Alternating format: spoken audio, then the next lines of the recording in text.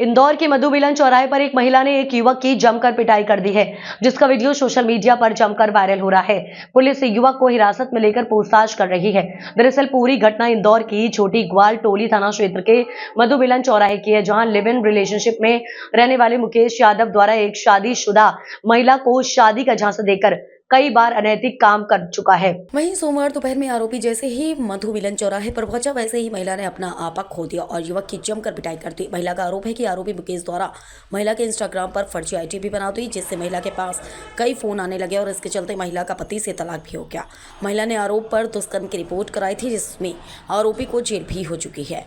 पीड़ित महिला का आरोप है कि आरोपी और उसके परिजन उसे धमकियां भी दे रहे हैं। छोटी ग्वाल टोली पुलिस ने आरोपी मुकेश यादव को हिरासत में लेकर पूछताछ कर रही है।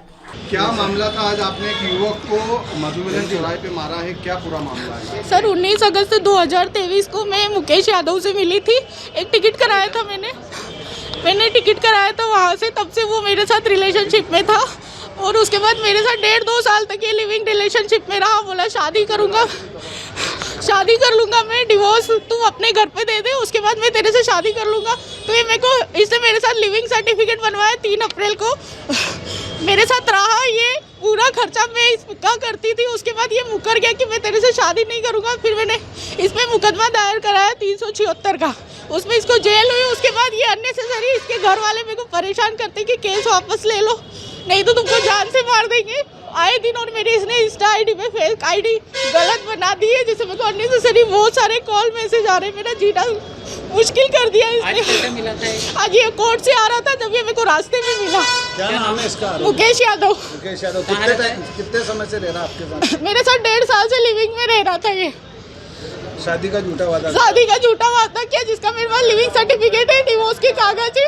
इसने आज मेरे को कहीं का भी नहीं छोड़ा है और आज बिल्कुल फ्री हो चुका है। ये कोर्ट ने भी इसको 1 महीने के बाद में जमानत दे दी है। इसके जो 3-4 लोग हैं, धर्मेंद्र पहलवान और अर्जुन यादव और सुजल यादव, ये लोग मेरे को धमकी देते हैं कि नेता भी हमारे हैं। गोलू शुक्ला जी मेरे बड़े भैया बोलते उनका हमको सपोर्ट है, थाना भी हमारा है, तुम्हारा कुछ भी बिगाड़ नहीं पाओगे। ये कहाँ रहता है? ये बड़ी गोल टोली विनोवा नगर में रहता है। इसका भाई है विशाल यादव, उसने भी मेरे साथ मारपीट करी है मेरे हॉस्टल के नीचे आके। आज आपने भी इसके साथ मारपीट? हाँ, आज मैंने भी इसके साथ मारपीट करी है सर, क्योंकि इसने अति कर दिया सर। मेरा हर तरह से जीना मुश्किल कर दिया इसने। आप इसके पहले कहाँ जॉब करते थे जहाँ पर इसने हंगामा करा? नहीं, मैं एक होटल में जॉब करती थी सर। इसने वहाँ पे भी आके तमाशा किया तो उसे मेरी जॉब भी छूट गई। अभी आप पति से तलाक हो गया? मेरा डिवोर्स हो गया सर 8 तारीख को। मेरी डिग्री भी मेरे पास है और लिविंग सर्टिफिकेट भी है। ठीक है। नहीं वीडियो सामने आया है मारपीट का, क्या पूरा मामला? ये अभी महिला मधु मिलन पे एक वीडियो आया था। महिला थाने आ गई है और उसने बताया कि पहले वो लोग लिविंग में साथ में थे और लिविंग के बाद दोनों के बीच में विवाद हो गया है, जिसके खिलाफ उसने 376 का मुकदमा भी कायम किया है, जिसमें ये 1 महीने जेल में रह के आया है। आज कोर्ट से लौट रहा था तो महिला ने रोक के उससे विवाद झगड़े किए हैं और उसका कहना है कि ये मेरी फेक आईडी बनाया है, जिससे मैं परेशान हो रही हूँ। काफ़ी लोगों के फ़ोन आ रहा है मेरे पास, इस कारण से मैं बहुत ज़्यादा डिप्रेस हो गई हूँ। पति से तलाक भी हो गया है महिला का इस लड़के के चक्कर में? हाँ, पति से तलाक हो गया, लिविंग भी है, लिविंग के भी कागज़ उनके पास है। अभी जांच कर रहे हैं, जो जैसी होगा सूरत रहेगी वैसे। मारपीट भी हुई सर वहाँ, महिला ने पुरुष के साथ मारपीट भी करी? हाँ, देख लेते हो, वीडियो में है, जैसे भी कार्रवाई होगी करेंगे। किस तरह की कार्रवाई होने की उम्मीद है? क्योंकि बीच सड़क पर जिस तरह से महिला ने आपको पास मचाया, तो क्या उस पर भी कार्रवाई हो सकती है? क्योंकि पूर्व में तो तमाम तरह की जो शिकायतें भी हो गई, कार्रवाई भी हो गई, फिर जिस तरह से माहौल क्रिएट किया। अभी पूरी जांच कर लेते हैं, क्या स्थिति है उसके साथ कार्रवाई करनी है। शिक्षक प्रकोष्ठ अयोध्या के जिला संयोजक राकेश सिंह ने कह दी 2 शब्दों में बड़ी बात। कहा, पिया जिसको चाहे सुहागन वही है। मिल्कीपुर विधानसभा उपचुनाव में भारतीय जनता पार्टी की प्रचंड ऐतिहासिक जीत के बाद ग्राम पंचायत चमरूपुर गांव निवासी शिक्षक प्रकोष्ठ अयोध्या के जिला संयोजक ने पत्रकार वार्ता में कहा कि ये चुनाव अयोध्या की गौरव और महिमा का चुनाव है, जहां पर विश्वास की निगाहें टिकी हुई हैं। श्री सिंह ने बताया, भाजपा सरकार में सरकार की महत्वाकांक्षी योजना जन कल्याणकारी चल रही है, जैसे विधवा pension, Ayushman card, ration card, किसान सम्मान निधि और सड़कों का जाल बिछा हुआ है। और कहा कि भाजपा सरकार सबका साथ सबका विकास के आधार पर चलती है और किसी के साथ सौतेला व्यवहार नहीं करती। वहीं जो विपक्ष के उप मुख्यमंत्री अखिलेश यादव और सपा सांसद अवधेश प्रसाद के लगाए हुए आरोप पर जानकारी चाहिए तो 2 शब्दों में अपनी बात को रखते हुए बताया कि पिया जिसको चाहे सुहागन वही है। उदाहरण के तौर पर जनता ने जिसको चाहा है विधायक वही है और कहा कि मिल्कीपुर विधानसभा के क्षेत्रवासियों को मैं आभार प्रकट करता हूं और आने वाले 2027 में यही कैंडिडेट चुना गया तो भारतीय जनता पार्टी का चुनाव और मजबूत होगा। सहार क्राइम न्यूज़ चैनल में आप सभी लोगों का बहुत बहुत स्वागत है। आप पहले नंबर तो अपना परिचय बताइए, कौन सी ग्राम पंचायत है? ग्राम पंचायत चबरूपुर, जिसमें ये शालिग्राम प्रधान प्रतिनिधि हैं और हमारे बहुत ही निकटस्थ हैं।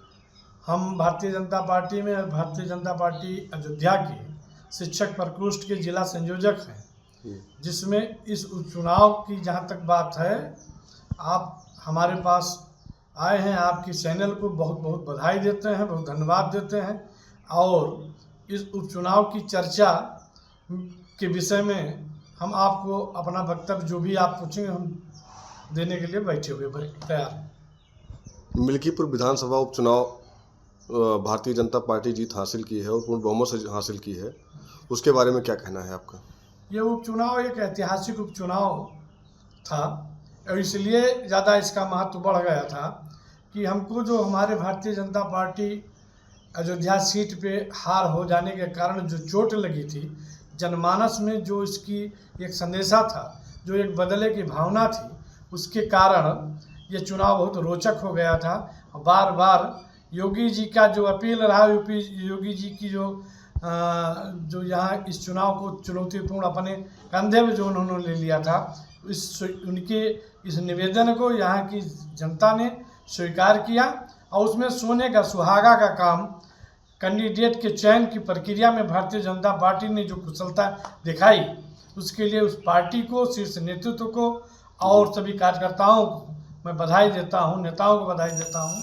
ऐसा नेता बहुत ही सौभाग्य से मिलता है। जैसे मिल्कीपुर में उपचुनाव समाप्त हो गया है भाई राकेश सिंह जी, यहाँ लोग खुशियाँ और जश्न मना रहे हैं, विजय उत्सव मना रहे हैं, इसके ऊपर आप क्या फोकस करना चाहते हैं, क्या संदेश देना चाहते हैं मिल्कीपुर? किस मुद्दे पर आप जो है चुनाव, यहाँ पर किस मुद्दे पर चुनाव जीता है भारतीय जनता पार्टी का? भारतीय जनता पार्टी के किसी भी चुनाव के तमाम मुद्दे होते हैं, लेकिन प्रथम मुद्दा जो था, सबसे बड़ा मुद्दा जो था, वो अयोध्या की हार के बदले के रूप में था। दूसरी चीज़, जन कल्याणकारी योजनाएं जो योगी और मोदी की चल रही हैं, उस पर भी जनता ने जो है इस पार्टी के कैंडिडेट को जिताने का काम भरपूर किया है।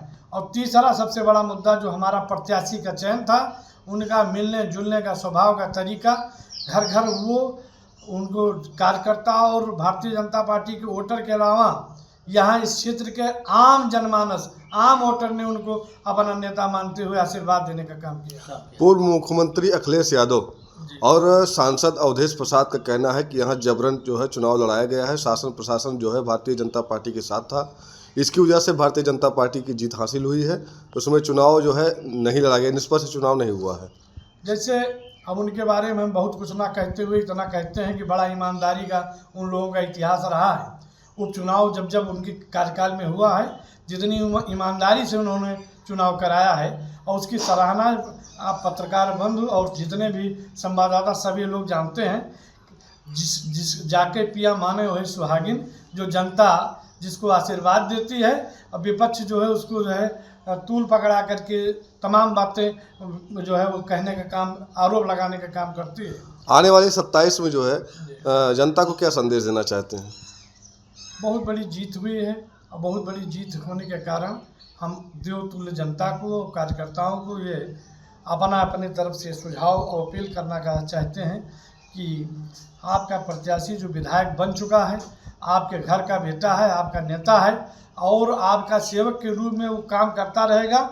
छोटी मोटी गलतियों पे बहुत ज़्यादा ध्यान देने की बहुत ज़रूरत नहीं है, क्योंकि मनुष्य होने के नाते गलतियां होना स्वाभाविक है, लेकिन उनका प्रयास, उनकी मेहनत, उनकी जो सोच है उसके कारण वो किसी को अपने से रूठने नहीं देंगे और 2027 की चुनाव जीतने की नींव 25 में रख दी गई है। प्रभु चाहेंगे तो बहुत बड़ी जीत 2027 में इन्हीं के माध्यम से मिलेगी। बहुत बहुत धन्यवाद। विकास के नाम पर गद्दूपुर की जनता ने किया मतदान, पूर्ण बहुमत से जीती भारतीय जनता पार्टी।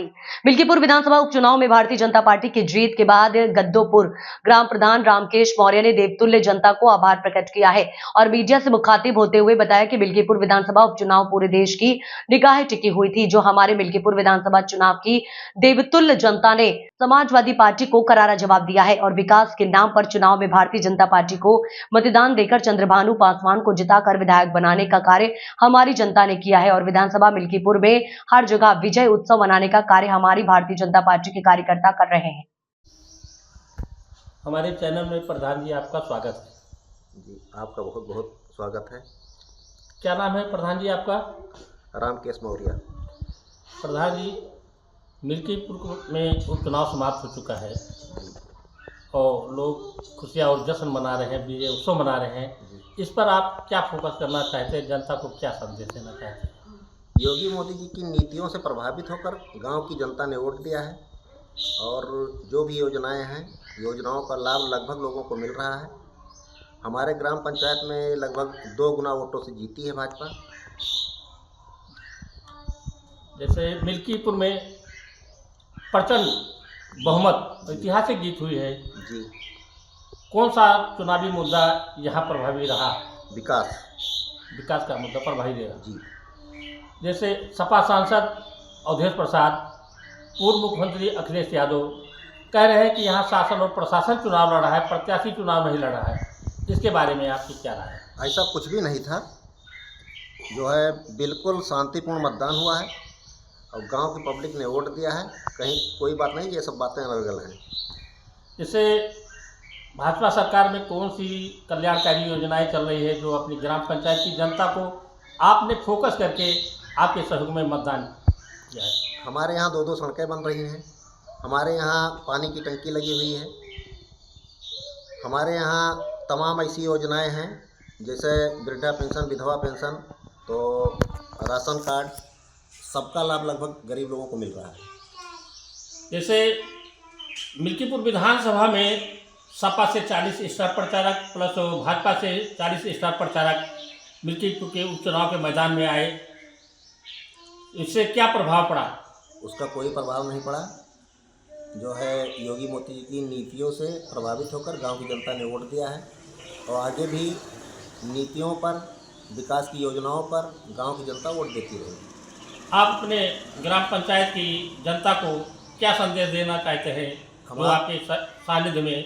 अपने ग्राम पंचायत की जनता को हम धन्यवाद देना चाहते हैं जो कि इतनी बहुमत से जिताया। धार जिला पुलिस कप्तान डीआईजी मनोज कुमार सिंह ने कमलेश श्रृंगार व 3 पुलिस कर्मियों को अपने कार्य में लापरवाही बरतने पर टांडा से हटाकर रक्षित केंद्र धार भेजने के बाद संजय रावत को टांडा थाना प्रभारी के रूप में पुलिस की खराब छवि को सुधारने के लिए भेजा है।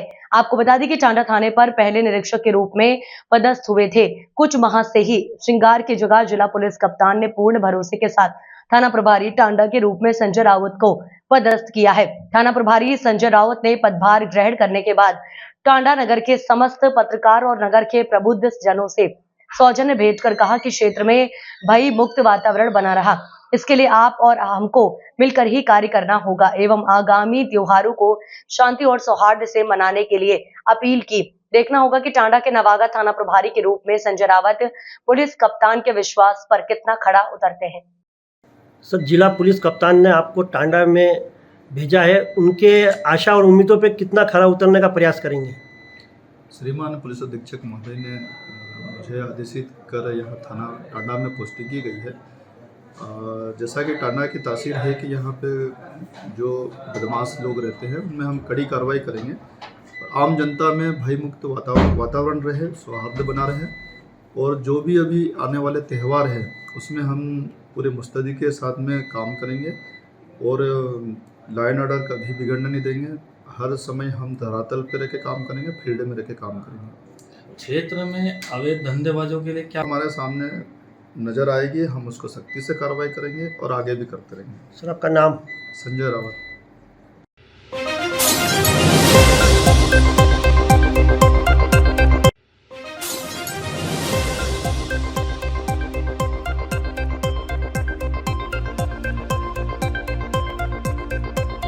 धार जिले के बाग पुलिस थाने से महज 100 मीटर की दूरी पर लोहार फलिया में एक किराना व्यापारी के घर लूट हो गई। चोरों ने रविवार रात टॉयलेट का वेंटिलेशन तोड़कर घर में प्रवेश किया और बुजुर्ग महिला से 11 लाख नकद और जेवरात लूट ली। घटना किराना व्यापारी संजय भावसार के घर में हुई। चोर नाले की तरफ से 3 सीढ़ियां लगाकर घर तक पहुंचे। दरवाजा खटखटाने पर बुजुर्ग दादी चंद्रमणि भावसार ने पोता समझकर खोल दिया। चोरों ने तुरंत दादी का मुंह और गला दबा दिया और अलमारी की चाबी छीन ली। उन्होंने दादी के गले से मंगलसूत्र भी छीन लिया। चोरों ने अलमारी से 9 लाख रुपए नकद के अलावा सोने की 4 चूड़ियां, झुमकी और अंगूठी चुरा ली। वारदात के दौरान ऊपरी कमरे में सो रहे संजय भावसार की नींद खुली, लेकिन चोरों ने उनके कमरे को बाहर से बंद कर दिया था। संजय के बेटे मयंक ने गैलरी से पड़ोसी के मकान में कूद कर मदद मांगी।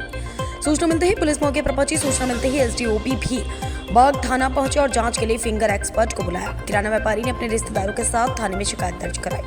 थाना प्रभारी कैलाश चौहान ने बताया कि 3 सीढ़ियां का इस्तेमाल कर चोर वेंटिलेशन तक पहुंचे। निश्चित ही चोरों ने वारदात करने के पहले रेकी की होगी। कुक्षी एसडीओपी सुनील गुप्ता ने बताया कि बदमाशों को पकड़ने के लिए पुलिस टीम का गठन किया गया। साथ ही जिला पुलिस कप्तान ने घटना ट्रेस करने पर इनाम की घोषणा भी की। संजय जी, कितनी बजे की घटना है ये? करीब 3 बजे की घटना है। अच्छा, कितना नुकसान है अपना? केस तो 9 लाख, बाकी जो ज्वेलरी है मम्मी की। अच्छा, सब मिला के नुकसान 12 लाख रुपए समझे अपन? 12 लाख रुपए के आसपास। हाँ, 12 लाख का। तो कितने लोग थे अंदर? मम्मी थी वहाँ पे, तो मम्मी ने देखा तो 4 लोग। अच्छा, 4 लोग थे। हाँ, मैं ऊपर सोया था, मम्मी नीचे सो रही थी। वो जवान थे या बुजुर्ग थे? वो जवान थे। मुंह पे कपड़ा मुँह पे कपड़ा बंधा हुआ था, काली जर्किन पहनी हुई थी। अच्छा, पीछे से सीढ़ी लगा के दाखिल हुआ? पीछे सीढ़ी लगा के लेटरिन के वहाँ जाली तोड़ी। अच्छा, उसमें से घुसे। अच्छा, तो आप ऊपर सोए थे या नीचे सोए? हम ऊपर सोए थे। मम्मी और पापा नीचे सोए थे।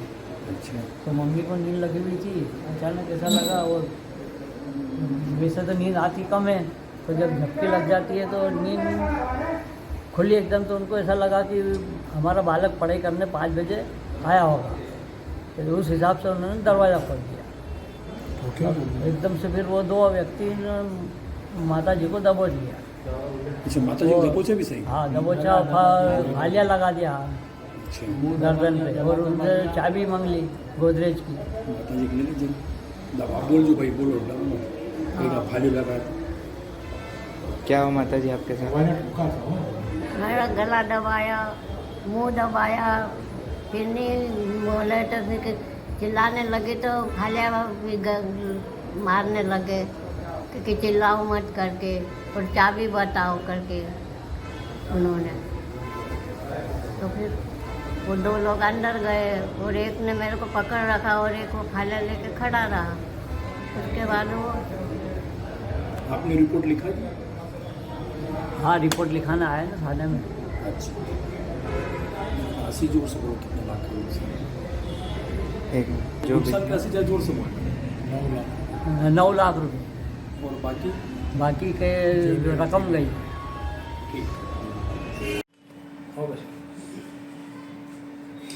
आज रात्रि में कस्बा बाग में जो है वो संजय भावसार है, जिनकी किराने की शॉप है, उनके यहाँ पर 5 अज्ञात व्यक्तियों के द्वारा डकैती की घटना घटित की गई है, जिस पर थाना बाग पर जो है अपराध पंजीबद्ध करके विवेचना में लिया गया है। इस घटना में कुल 5 लोग थे, जिनमें 9 लाख रुपए नकद ले गए हैं और करीब 2 लाख रुपए का सोना ले गए हैं। इसमें डॉग स्क्वाड को भी मौके पर बुलाया गया है, फिंगरप्रिंट एक्सपर्ट को भी मौके पर बुलाया गया है। हम लोग सब प्रयास कर रहे हैं इसमें तत्काल अज्ञात आरोपियों के पता रसी करके उनकी गिरफ्तारी की जाएगी। श्रीमान पुलिस अधीक्षक महोदय श्री मनोज कुमार सिंह साहब के द्वारा इसमें एक टीम का गठन किया गया है इसकी गिरफ्तारियों के लिए, अज्ञात व्यक्तियों की पता रसी के लिए, और इनाम की घोषणा भी की जा रही है। इस वक्त की बड़ी खबर आ रही है मुरैना से। सीएम मोहन यादव ने मुरैना में आज अटल बिहारी वाजपेयी की प्रतिमा का किया अनावरण। उसके बाद चंबल में छोड़े घड़ियाल। मध्य प्रदेश के मुख्यमंत्री का आज मुरैना आगमन हुआ। मुरैना आगमन पर आज उन्होंने सबसे पहले मुरैना में बैरियर चौराहे के पास लगे पूर्व प्रधानमंत्री अटल बिहारी वाजपेयी की प्रतिमा का अनावरण किया। उसके बाद उन्होंने आम सभा को संबोधित किया। आम सभा को संबोधित करने के बाद मुख्यमंत्री अपने प्लेन से चंबल नदी पहुंचे, जहां उन्होंने 10 घड़ियालों को चंबल नदी में छोड़ा। उनके साथ विधानसभा अध्यक्ष नरेंद्र सिंह तोमर, प्रदेश अध्यक्ष बीटी शर्मा, कृषि मंत्री एदल सिंह कंसाना, राज्य वन मंत्री दिलीप अहिरवार भी उनके साथ थे। मोहन यादव ने सबसे पहले चंबल में बोट से भ्रमण किया और दूरबीन से प्राकृतिक सौंदर्य का लुत्फ उठाया। उसके बाद वह करह धाम पहुंचकर सीएपीए मिलन समारोह में शामिल हुए।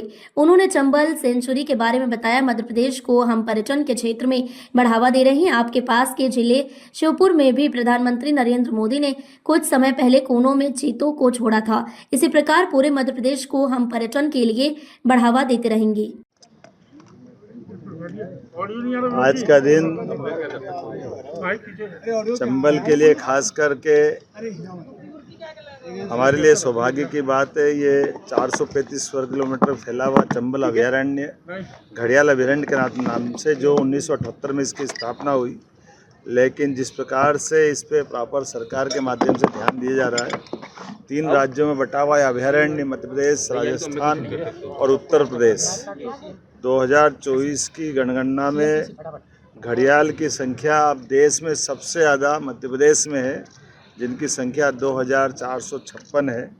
और जैसा कि आपको जानकारी है, बड़ी अच्छी रोचक इनकी जीवन की दिनचर्या है, जिसके आधार पर न केवल घड़ियाल को बचाया जा रहा है, बल्कि घड़ियाल के माध्यम से इको टूरिज़्म, जलीय जीव को बचाते हुए समूची वसुधा का ये जो खूबसूरती है, बहुत अच्छा प्राणी है, जिसके माध्यम से वैसे तो बता दूं कि चंबल ये पूरे देश की सबसे स्वच्छ नदी है, एशिया महाद्वीप की। मुझे इस बात को सुन करके आनंद आ रहा है कि एशिया महाद्वीप की नदी बता रहे हैं। ये हमारे लिए सौभाग्य की बात है, मध्य प्रदेश से निकलती है। और जो चंबल अभयारण्य में घड़ियाल, डॉल्फिन, मगर, 9 प्रकार के विभिन्न कछुए, विभिन्न प्रकार की मछलियाँ, सभी प्रकार के पक्षी, खासकर इंडियन स्कीमर, काले belly tern, great cormorant, grey heron, brahminy duck इत्यादि बहुत सारे पक्षी जो अपने भी हैं और विदेश से भी आते हैं। और इसका सबसे अच्छा समय नवंबर से लेकर के फरवरी तक का रहता है। आने वाले समय में यहाँ पे लोगों को रोज़गार मिले, घड़ियाल संरक्षण के आधार पर अभयारण्य में पर्यटक बढ़े, इस नाते से इसकी योजना बन रही है।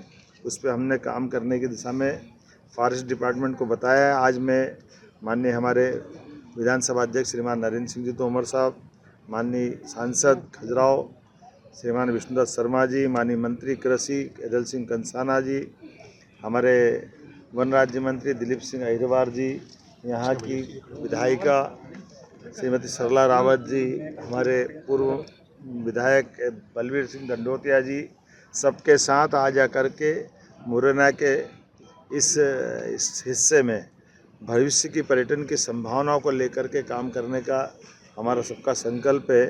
और ख़ास कर के हम सब जानते हैं कि ये हज़ारों साल से यहाँ प्राकृतिक रूप से घड़ियालों का, यहाँ तक कि डॉल्फिन की संभावना भी मानी जाती है। ऐसे में भविष्य में इसको पुनर्स्थापित करने के लिए जहाँ घड़ियाल अंडे देते हैं, उनमें से आधे अंडे को बचा करके 2 साल से 2.5 साल का समय उनको बड़ा होने का, जिसमें वो 120 सेंटीमीटर से ऊपर हो जाए, तब जाकर उनको तीसरे साल, ये अर्थात जो आज हमने यहाँ घड़ियाल छोड़े हैं, ये 2022 में अंडों का संग्रह करके इनके बच्चे निकले थे। और धीरे धीरे इनको अपनी जलीय व्यवस्थाओं के अंदर उनका जीवन बचे, उसकी व्यवस्थाओं के लायक बना करके छोड़ने का जो क्रम है, मुझे इस बात का संतोष है कि लगभग 106 यानी 10 आज हमने यहाँ घड़ियाल के बच्चे छोड़े हैं। और इसकी रोचक जानकारी भी बड़ी अच्छी है। अंडों को जब सेक करके इनको टेम्परेचर दिया जाता है, तो टेम्परेचर के बलबूते पर मुझे फॉरेस्ट के अधिकारियों ने बताया है कि टेम्परेचर के आधार पर वो मेल और फीमेल हो जाते हैं। टेम्परेचर थोड़ा सा ज़्यादा तो मेल, टेम्परेचर थोड़ा कम तो फीमेल।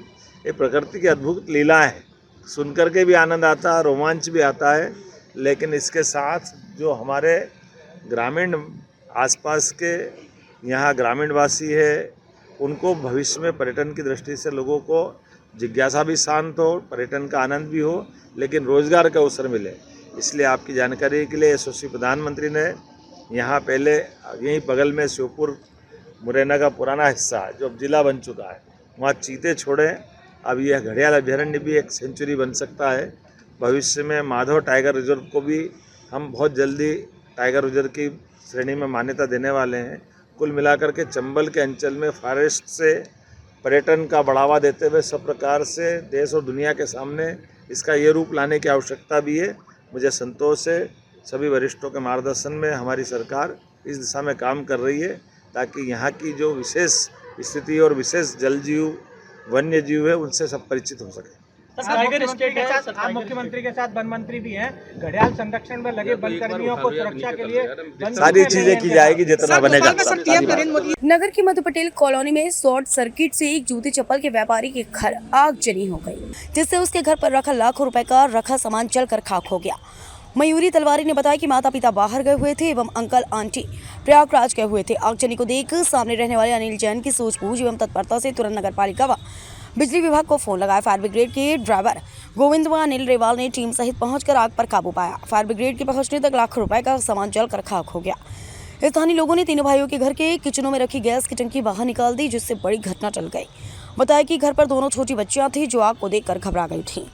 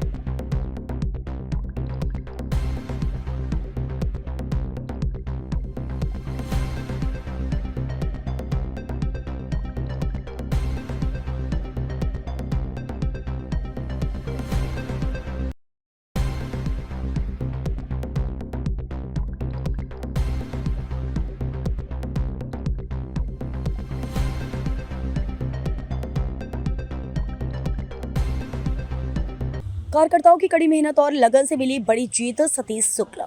भाजपा की मिल्कीपुर विधानसभा में मिली जीत कार्यकर्ताओं को समर्पित। मिल्कीपुर विधानसभा उपचुनाव में भाजपा की जीत के बाद शनिवार को अमरगंज बाजार में अमानीगंज मंडल के कार्यकर्ताओं को सम्मानित किया गया। विधानसभा में अमानीगंज मंडल में भाजपा को सर्वाधिक मतों से जीत मिली है। अमानीगंज मंडल में भाजपा को सबसे बड़ी जीत मिली है। सांसद लल्लू सिंह व जिला अध्यक्ष संजीव सिंह ने कार्यकर्ताओं को फूलमाला पहनाकर सम्मानित किया। कार्यकर्ताओं की कड़ी मेहनत को भाजपा की जीत का श्रेय देते हुए युवा भाजपा नेता सतीश शुक्ल ने कहा कि राष्ट्र का खोया हुआ गौरव हमें फिर से वापस लाना है, भारत को फिर से सोने की चिड़िया बनाना है। विरोधी हमें देखना नहीं चाहते, हम गिराने के लिए नए नए हथकंडे अपनाते रहते हैं, लेकिन हमारे कार्यकर्ता सजग हैं, उसका जवाब देते रहते हैं। श्री शुक्ल ने आगे कहा कि कार्यकर्ताओं की कड़ी मेहनत और अथक परिश्रम का ही परिणाम है कि मिल्कीपुर में भाजपा की प्रचंड जीत हुई है। उन्होंने भारी मतों से जिताने के लिए पंचायत के प्रतिनिधियों का भी धन्यवाद दिया।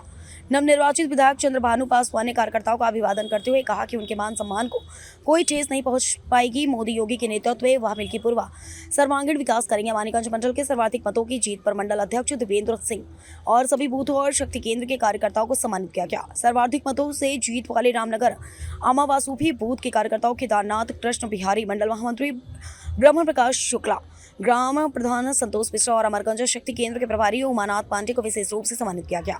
इस अवसर पर पूर्व सांसद लल्लू सिंह, जिला अध्यक्ष संजीव सिंह समेत बड़ी संख्या में भाजपा के पदाधिकारी कार्यकर्ता मौजूद रहे।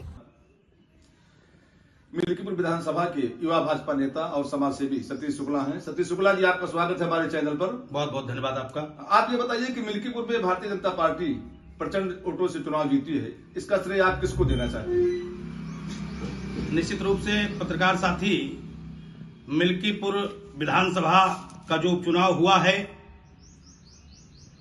ये चुनाव विकास के मुद्दे पर चुनाव हुआ है। ये चुनाव अयोध्या की गरिमा और महिमा के अनुरूप चुनाव हुआ है। ये चुनाव मोदी जी, योगी जी की जन कल्याणकारी योजनाओं को लोगों के बीच में हमारी पार्टी के नेता, पार्टी के पदाधिकारी हमारे सम्मानित कार्यकर्ता बंधु जा करके लोगों के बताए हैं और लोगों से ये सब साझा किए हैं, तो निश्चित रूप से ये श्रेय देश प्रदेश की डबल इंजन सरकार को जाता है। दूसरा प्रश्न ये है कि आपकी पार्टी मिल्कीपुर विधानसभा के प्रत्येक मंडल में एक विजय उत्सव मना रही है, जिसमें कार्यकर्ताओं का अभिनंदन किया जा रहा है, स्वागत किया जा रहा है, वंदन किया जा रहा है, रोली चंदन किया जा रहा है। तो ये कौन सी रणनीति है आप लोगों की? इससे आप क्या संदेश देना चाहते हैं आने वाले समय के लिए? इतनी बड़ी जीत मिली है, हमारे युवा साथी, हमारे पिता तुल्य बुजुर्ग, हमारी माताएं बहनें और हमारे मिल्कीपुर विधानसभा के एक एक कार्यकर्ताओं ने जिस प्रकार से मेहनत किया है, जिस प्रकार से कार्य किया है इस चुनाव में, तो निश्चित रूप से उनका सम्मान, उनका स्वागत, उनका अभिनंदन, उनका हर रूप से पार्टी सम्मान कर रही है, स्वागत कर रही है। और पार्टी का जो लगातार नारा है वो नारा ही नहीं है पत्रकार साथी, भारतीय जनता पार्टी के करनी और कथनी में कोई अंतर नहीं है। भाई सतीश जी, सपा के मुख्यमंत्री अखिलेश यादव जी ने एक नारा दिया था, क्या परिवारवाद या वंशवाद मिल्कीपुर विधानसभा में कायम रहेगा, या भारतीय जनता पार्टी के मुख्यमंत्री का जन संदेश था कि सबका साथ सबका विकास, इसके बारे में आप क्या फोकस करना चाहते हैं? उनके विषय में मैं बहुत कुछ नहीं कहना चाहता हूं। मिल्कीपुर की जीत का ये संदेश जो दिया गया, मिल्कीपुर की जनता ने जो संदेश दिया, ये संदेश से उनको मालूम हो गया कि अब प्रदेश में परिवारवाद की, जातवाद की राजनीति नहीं चलेगी। जनता पूरी तरह से समझ गई है कि विकास के मुद्दे पर ही वोट किया जाएगा, जो विकास करेगा उसी को वोट दिया जाएगा। और मैं निश्चित रूप से कह सकता हूं आपके चैनल के माध्यम से कि मिल्कीपुर की ये जीत का संदेश जो गया है, हम लोग आगे भी जीत का वोट प्रतिशत बढ़ाने का काम करेंगे। इससे बड़ी जीत अपने कार्यकर्ता बंधुओं के बल पर, उनके सहयोग से 2027 में पुनः हम लोग बड़ी जीत के साथ वापस आएंगे और फिर भारतीय जनता पार्टी की और पूर्ण प्रचंड बहुमत से सरकार बनेगी। इंदौर के संयोगितागंज थाना क्षेत्र में हिंदू जागरण मंच के कार्यकर्ताओं ने एक क्रिश्चियन समुदाय की संस्था पर सैकड़ों बच्चों का ब्रेन वॉश कर उन्हें धर्म परिवर्तन के लिए उकसाने का गंभीर आरोप लगाया है। हिंदू जागरण मंच के पदाधिकारियों का कहना है कि यह संस्था कुछ अभिभावकों के साथ मिलीभगत करके गरीब और निम्न वर्ग के बच्चों को लालचाकर अपने संगठन में शामिल कर रही है। मंचीय कार्यकर्ताओं का आरोप है कि संस्था के सदस्य बच्चों को तोहफे, काउंसलिंग और आर्थिक मदद का लालच देते हुए उन्हें धर्म परिवर्तन के लिए प्रेरित कर रहे हैं। हिंदू जागरण मंच के कार्यकर्ताओं ने बताया कि संस्था हर रविवार को धार कोठी के गार्डन में बच्चों को एकत्रित करती है और विभिन्न प्रकल्पों के माध्यम से उन्हें क्रिश्चियन समाज की तरफ आकर्षित करने की कोशिश करती है। इस मामले को लेकर हिंदू जागरण मंच के कार्यकर्ताओं ने संयोगितागंज थाने में एक लिखित शिकायत दर्ज करवाई है, जिसके बाद पुलिस ने तुरंत कार्रवाई शुरू कर दी है। पुलिस ने मौके पर पहुंचकर बच्चों की जानकारी ली और उन्हें उनके घरों तक सुरक्षित भेजा। इस पूरे मामले को लेकर हिंदू जागरण मंच का आरोप है कि यह संस्था जानबूझकर हिंदू समुदाय के बच्चों का ब्रेन वॉश कर उनका धर्म परिवर्तन कराने का प्रयास कर रही है। फिलहाल पुलिस मामले की जाँच कर रही है और इस पर आगे की कार्यवाही की जाएगी। एक मिनट भाई साहब, आज संडे का दिन है और कुछ बच्चों को जो है कुछ संगठन के लोग थे वो लेकर गए थे और धर्म परिवर्तन का प्रयास जो किया जा रहा है, आप यहाँ लेकर पहुँचे हैं। एक संस्था है MPDWM मध्य प्रदेश, इसमें इन्होंने कुछ, मैं पूरा नाम लेता हूँ, Madhya Pradesh domestic workers movement. ये एक कहीं ना कहीं मिशनरी एसोसिएशन से जुड़ी हुई संस्था है। इन लोगों ने बच्चों को घर घर जाके इकट्ठा किया। जब हम वहाँ गए, हमने पूछा भाई बच्चे क्यों आए आज यहाँ पर। जनरल एक क्वेरी थी हमको, हमारे को कुछ सूचना भी नहीं थी। बोले हमको यहाँ पर कुछ हेल्प करने के लिए ये लोग लेकर आए। मैंने क्या हेल्प हो रही है? बोले हमको पढ़ाने के लिए कुछ सुविधा देंगे, पैसे देते हैं, सामान देते हैं। फिर मैं इनके संस्था के अंदर गया, मैंने भाई साहब यहाँ क्या चल रहा है, क्या एक्टिविटी चल रही है। उनका कहना था आज तो हमारा अवेयरनेस प्रोग्राम है। मैंने क्या अवेयरनेस प्रोग्राम है? तो हम लोग इनको डिप्रेशन, मेडिकल सिकनेस, इससे रिलेटेड इनको कहीं ना कहीं काउंसलिंग करेंगे। 5 साल से लेके 12 साल तक के बच्चे थे, कुछ माताएं बहनें भी थीं उसमें। कोई भी बच्चा मुझे ऐसा लगता नहीं कि जो डिप्रेशन का शिकार हो जिसके नाम पे इनको लाया गया, वो कोई ना कोई उन्होंने एक अपना आवरण बना लिया बोलने का कि इसलिए हमने इकट्ठे किए हैं। ये सालों से चला रहे हैं और ये संस्थाएं जितनी भी हैं ये यहाँ पे बच्चों को लेकर आ रही हैं, इनको कुछ ना कुछ लालच दे रही हैं और बच्चों के साथ में उनकी कुछ ना कुछ पेरेंट्स भी इन्वॉल्व हैं यहाँ पर, जो अपने आप में एजेंट ही हैं यहाँ पर। करीब 8-10 यहाँ पे ऐसी माताएं थी जिनके 1-1, 2-2 बच्चे भी साथ में थे, बाकी यहाँ पे एक भी बच्चा ऐसा नहीं इसके पेरेंट्स यहाँ साथ में हों। और ये जो बच्चे लाए गए हैं शांति नगर, कहीं शुक्ला नगर, ऐसे अलग जगह की छोटी छोटी स्लम बस्तियों से लाए गए बच्चे हैं। इनको खाने पीने के लिए भी कहीं ना कहीं प्रलोभन दिया गया है। कितने बच्चे थे ऐसे? जिस समय हम लोग वहाँ पहुँचे करीब 300 बच्चे थे और करीब 40 से 50 महिला शक्ति थी। महिला शक्ति मतलब माता बहनें थीं। आज जब हम यहाँ थाने का प्रशासन से लोग पहुँचे, थाने के लोग पहुँचे, उसके बाद ये लोग भागने लगे। कुछ यहाँ पर ऐसी वॉलंटियर्स भी थे जो अपने आप को वकील बनाने लगे, लेकिन बाद में वो भी भागने लगे। उनको फिर ज़बरदस्ती रोका गया कि भाई आप चलो थाने अपना बयान दो, जो भी अपनी स्थिति क्लियर करिए। तो पुलिस प्रशासन इनको, महिला जब उनकी पुलिस आई जब उसके बाद ही ला पाई, लेकिन उसमें से काफ़ी लोग भाग गए। यहाँ पे जो बच्चे आपको दिख रहे हैं ये 1/3 हैं। 200 बच्चे करीब यहाँ से मान के चलिए अपने अपने घर जा चुके हैं, क्योंकि अब उनको ज़बरदस्ती तो रोका नहीं जा सकता है। इन सबको कन्वेंस करके यहाँ लेकर आए हैं और जो यहाँ पर महिलाएं हैं वो अभी तो ब्रेन वॉश्ड हैं पूरी की पूरी कि हमारी हेल्प हो रही है, पर सबका सबके स्कैंडल और ये सब एजेंट लोग हैं।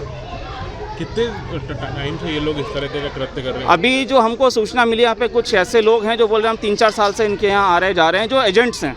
बच्चे तो कुछ ऐसे हैं जो आज पहली बार आए, कुछ बच्चे 2, 5, 10 रविवारों को आए होंगे। बाकी तो ये जांच का विषय है, प्रशासन जांच करे कैसा क्या। प्रकार का लालच दिया जाता था इनको? मेरे पास कुछ बच्चों ने अभी ये बोला कि हमको कंबल बांटे गए, कोविड में हमको राशन दिया गया, हमको पैसे भी दिए गए। फिर बीच बीच में इनको बोला कि भाई आप लोग लॉकेट पहना करो क्राइस्ट का, उसके बाद कभी चर्च आया करो, चर्च आके आपको अच्छा लगेगा, आपको हम लोग और हेल्प करेंगे। ये सब इनको लालच दिया सीधी सी बात है, धर्म परिवर्तन की बात करी जाए, पूरा धर्म परिवर्तन का ही ये सिंडिकेट चल रहा है। इंदौर जहाँ पे आपने आज पकड़े हैं उसके अलावा भी शहर में कई स्थान हैं जहाँ पर तरह की आपके पास? अब वो पता करना पड़ेगा, ये तो जांच करनी पड़ेगी आगे क्या है। और इसमें वहाँ के जो लोकल रहवासी थे उनकी भी आपत्ति दर्ज हुई है। इन लोगों ने पूरे गार्डन पर कब्जा किया है, जो इन्होंने अपना कार्यालय बनाया है उसका बैकडोर तोड़कर, और इन्होंने गार्डन की दीवार तोड़ के बैकडोर निकाल के पूरे गार्डन को कैप्चर करते हैं। और रहवासियों का ये कहना है कि ये एक्टिविटी इनकी रेगुलर होती है और जब ये यहाँ से जाते पूरा गार्डन तहस नहस करके जाते हैं। कहीं ना कहीं ना आपको लगता नहीं है कि बच्चों के ऊपर प्रेशर बनाया जाता धर्म परिवर्तन के लिए? बिल्कुल, बच्चों पे तो प्रेशर क्या बनाएंगे, बच्चों का तो ब्रेन वॉश किया जाएगा। बच्चे माँ बाप से कुछ भी बोल के लेके आ रहे हैं, थोड़ा बहुत उनको खिला पिला रहे हैं, कहीं ना कहीं माँ बाप को भी आर्थिक सहायता दी जा रही है। ये तो पूरा शुरू से चलने वाला ईसाई लोगों का षड्यंत्र ही है, आज हम देखते आ रहे हैं। लोग हैं ये मैंने अभी आपको संस्था का जो नाम बताया MPKDWM करके कोई संस्था है। अभी जब हम इनसे बात करी कि संस्था का कोई ऑर्गेनाइजर या कोई इसका कोई अथॉरिटी है कि नहीं, बोले इसका कोई नहीं, हम सब वॉलंटियर मिलकर काम कर रहे हैं। कोई शीला करके थी, उन्होंने अपना सरनेम नहीं बताया, उन्होंने ये स्वीकार किया कि मैं साउथ इंडियन हूँ और जो एसेंट था वो भी पता चल रहा था, पर वो उन्होंने अपना सरनेम छुपाया जान करके। हम कहाँ से आई थी ये तो हम ज़्यादा बातचीत नहीं कर पाए कि महिलाएं थी सारी वहाँ पर, इनमें कोई पुरुष नहीं था वहाँ पर। आज आप थाने आए, आगे क्या करना चाहिए? इस पर शासन को इसकी जड़ तक जाना चाहिए कि इस संस्था को, जिसको अभी कोई करता धरता सामने नहीं आ रहा है, ठीक है, तो इतना फंड कहाँ से मिल रहा है कि इतने सारे बच्चे। सर, एक धर्मांतरण का मामला आया है, किस तरह का ये मामला है और क्या कार्रवाई की जा रही है? अभी कुछ लोगों ने सूचना दी थी कि धार कोठी के पास में एक नगर निगम का जो अपना बगीचा है वहाँ पर कुछ बच्चे आसपास की कॉलोनियों के जमा करके और उनका धर्मांतरण किया जा रहा है। परंतु कुछ लोगों का ऐसा देखा गया तो उनका ये कहना था कि इनको जो है किसी संस्था की तरह आरोग्य करके सेहत के लिए कोई ऐसा हम लोग इसका काम कर रहे हैं। तो ये दोनों विषयों को कि अब ये क्या वास्तविकता है इसका पुलिस अब जांच कर रही है और जैसा भी होगा वो आगे कार्रवाई करेगी। ये संस्था कौन सी है, किसकी है सर? अभी वो देख रहे हैं, अभी चूँकि भीड़भाड़ बहुत है, अभी जस्ट आए ही है यहाँ, तो अभी देखते हैं। कौन से धर्म में परिवर्तन का आरोप है? ये जो है उनका ये आरोप है कि ईसाई धर्म से संबंध में इसी बात कर रहे हैं, बाकी तो देखते हैं। कुछ बच्चों के पेरेंट्स को भी लेकर आए हैं? अभी बच्चों के पेरेंट्स नहीं, उनको भी देखते हैं अभी बच्चों के पेरेंट्स कौन है, पूरा अभी जांच का, क्योंकि अभी मामला आया ही है सामने, संज्ञान में आया है। तकरीबन कितने बच्चे होंगे? तकरीबन मुझे लगता है अभी जो मैंने अभी देखे थे यहाँ तो 30-40 बच्चे दिखे थे मुझे। जी हाँ, ठीक है। आपका परिचय सर? मैं अभी यहाँ का इंचार्ज हूँ, मैं ACP हीरानगर हूँ, धैर्यशील येवले। उज्जैन पुलिस थाना नागदा के द्वारा अभी कुछ दिनों पहले नागदा के कुख्यात आरोपी सलमान लाला को पुलिस ने गिरफ्तार किया था।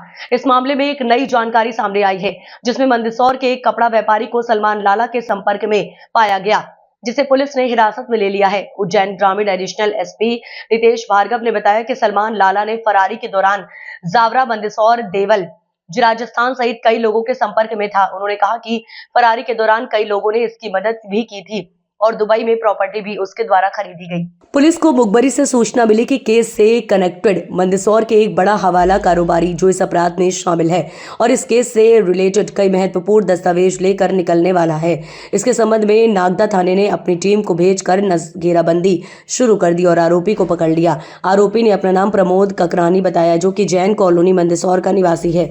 आरोपी के पास से काले रंग का एक बैग भी पुलिस ने बरामद किया है, जिसमें सलमान की दुबई की प्रॉपर्टी कीमत 5,44,87,160 साथ ही सलमान के पासपोर्ट संबंधित और एक 10 का नोट जो कि आधा फटा हुआ था टुकड़ा भी मिला। आरोपी से पूछताछ में उसने शाहरुख खान का नाम भी बताया है, जिसने करीब 2 करोड़ रुपए हवाला के जरिए उसे दुबई पहुंचाने की बात भी स्वीकार की है। हवाला के लिए पैसा जो लोग हवाला करवाना चाहते हैं वही इसको पैसा प्रोवाइड करवाते थे और कुछ परसेंटेज के मार्फत आगे फॉरवर्ड करता था। सलमान वाले पैसे कहाँ से आए?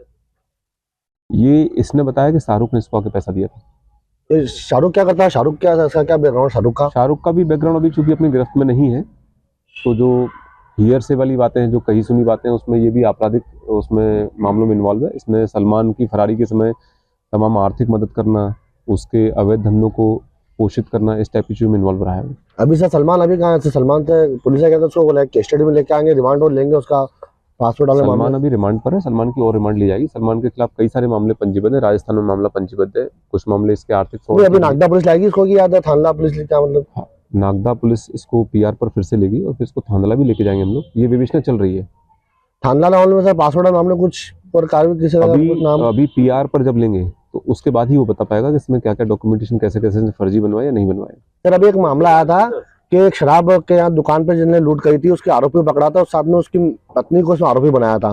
तो सर सलमान वाले मामले में ऐसा नहीं सलमान अकेला कोई फरारी काटी थी 2 साल तक, इसके साथ में कुछ रिश्तेदार वगैरह कोई नहीं रहते? कैसे मामले में उसकी फैमिली साथ में गई थी? इसमें अभी तक सलमान वांटेड था।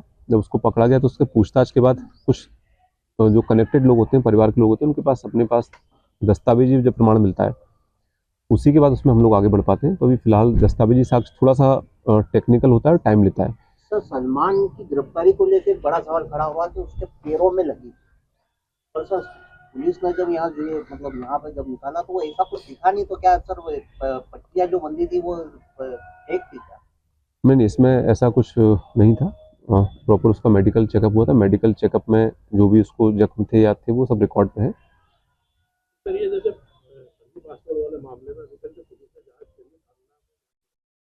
और कोई आरोपी बनाएंगे जिसने मदद करी उनको भी आरोपी? हाँ बिल्कुल बनेंगे। इसमें चूंकि दस्तावेजी मामला जो है कोई एक व्यक्ति अकेले अपने स्तर पे नहीं कर पाता है। इसमें तमाम तरह के लोग इन्वॉल्व होते हैं जो लोकल में तो मदद करते हैं। अभी खांडला वाला पीआर अभी स्टार्ट नहीं हुआ है, जैसे स्टार्ट होगा इसमें हमको प्रॉपर एविडेंस मिलेंगे, हम उसमें आगे कार्रवाई करेंगे। सर एक हिंदू संगठन ने आंदोलन किया था और उन्होंने मांग करी थी कि आज से 7 साल पहले शायद सलमान जब बड़ौदा में था, पुलिस भी साथ बता रहे वहाँ गई थी, तो वहाँ के पूरे घटनाक्रम की जांच की मांग की थी। और यहाँ कुछ पुलिस जो काफी समय से वर्षों से यहाँ टिके हुए पुलिस जवान, इनने कोई इसकी कोई फरारी में कुछ मदद करी, ऐसा कुछ जांच हो रही कि विभाग जांच से कुछ कर रहे हैं क्या? ऐसा कुछ अगर होता तो उसको हम कैसे पकड़ पाते? उसको नागदा थाने नहीं पकड़ा है। ऐसा अगर होता तो उसको अपनी पकड़ में नहीं आता। तो इसके पासपोर्ट को वेरिफिकेशन करने के लिए थाने का भी इन्वॉल्व है, तो थाना में कुछ पुलिस अधिकारी या पुलिस कर्मी भी होगा तो उनके मैं वही कह रहा हूँ कि इसमें जो भी एजेंसी इन्वॉल्व होगी, व्यक्ति इन्वॉल्व होगा, सबके खिलाफ एक एएसआई का नाम है, एक एएसएनएस का वो घर जाके अभी अपने पास प्रमाणिक चीजें नहीं आई क्योंकि अपने उस मामले में पीआर लिया ही नहीं है।